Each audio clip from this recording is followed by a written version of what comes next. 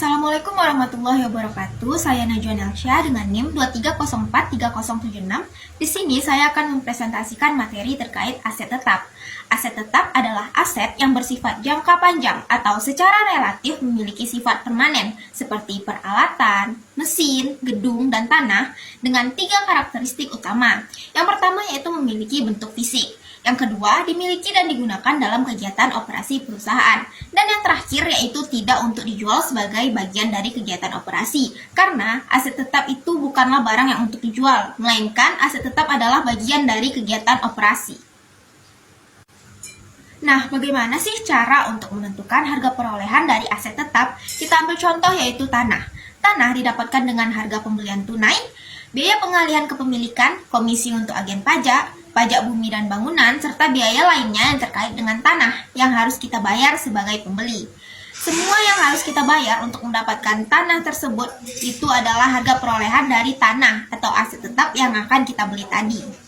Kita ambil contoh yang kedua yaitu perolehan biaya untuk bangunan. Untuk bangunan yaitu terdiri dari semua biaya yang berhubungan langsung dengan pembelian atau konstruksi biaya pembelian yang meliputi seperti harga pembelian, biaya penutupan dan komisi lantai, kabel listrik atau pipa.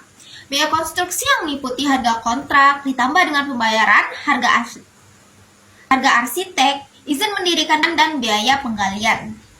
Lalu, apa saja sih penilaian dan pelaporan pada aset tetap? Penilaian dan pelaporan pada aset tetap yaitu yang pertama dinilai sebesar nilai bukunya, yaitu harga perolehan dikurang akumulasi penyusutan.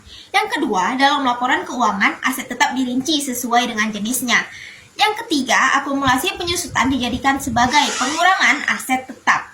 Dan yang terakhir, apabila pada neraca laporan posisi keuangan, akumulasi penyusutan dikurang secara keseluruhan, maka dalam catatan atas laporan keuangan atau CALK perlu dibuatkan rincian aset tetap serta penyusutannya.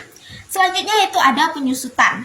Penyusutan adalah proses mengalokasikan biaya aset berwujud kepada beban secara sistematis dan rasional selama masa manfaat aset.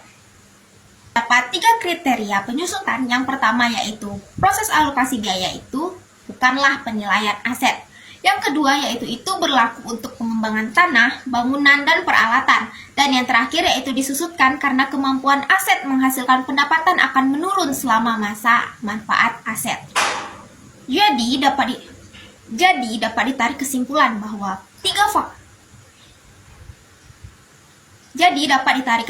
bahwa faktor dalam menghitung penyusutan yaitu ada 3 faktor. Yang pertama ada biaya. Nah, sebelumnya juga sudah dijelaskan bahwa perusahaan mencatat aset tetap sebesar biaya perolehan sesuai dengan prinsip biaya historis. Kedua yaitu useful life atau kebermanfaatan.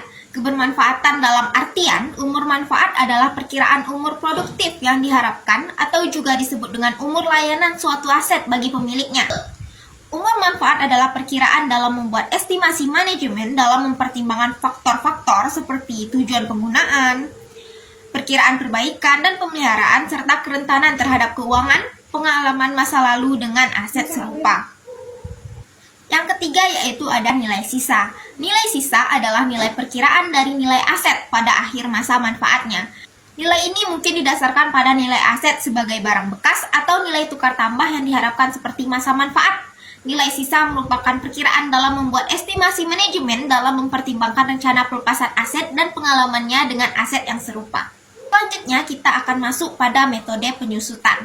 Metode penyusutan sendiri bertujuan untuk memilih metode yang paling baik dalam mengukur kontribusi suatu aset terhadap pendapatan selama masa manfaatnya.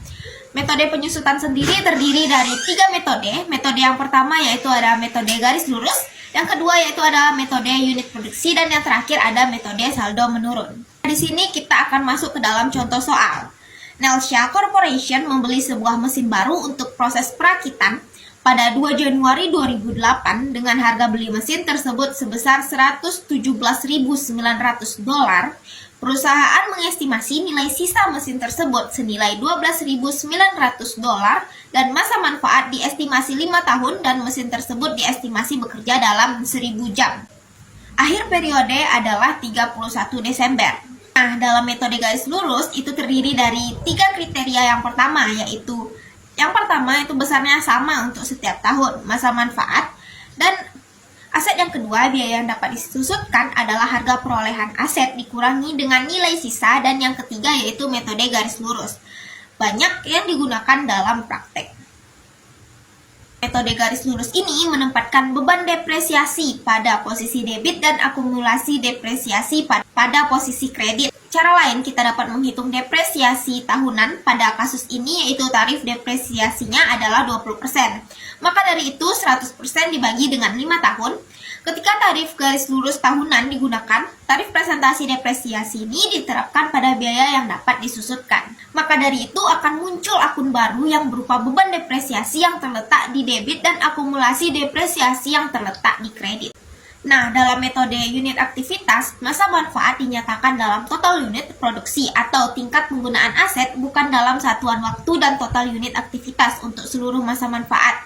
Diestimasikan dan kemudian total unit ini sebagai pembagi tahap biaya yang dapat disusutkan. Sini ada $105.000 dibagi dengan 1.000 jam. Maka biayanya adalah $105.000 per jam yang memunculkan akun beban depresiasi di debit dan akumulasi depresiasi di kredit.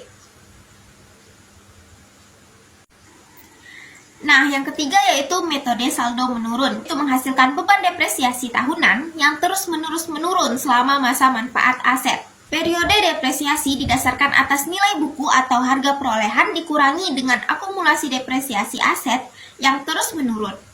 Tarif depresiasi tetap sama dari tahun ke tahun atau 2 kali dari tarif garis lurus. Tetapi nilai buku di mana depresiasi itu dikenakan akan terus menurun setiap waktu. Nah, pada metode garis menurun ini akan menghasilkan akun beban depresiasi di debit dan akumulasi depresiasi di kredit. Nah, dari sini kita dapat membandingkan berbagai metode penyusutan dari 3 metode tadi yang terbaik menurut kita yang akan kita gunakan untuk menghitung penyusutan dari aset kita tadi. Baiklah, sekian presentasi dari saya. Saya mohon maaf jika banyak terdapat kekurangan. Saya akhiri. Assalamualaikum warahmatullahi wabarakatuh.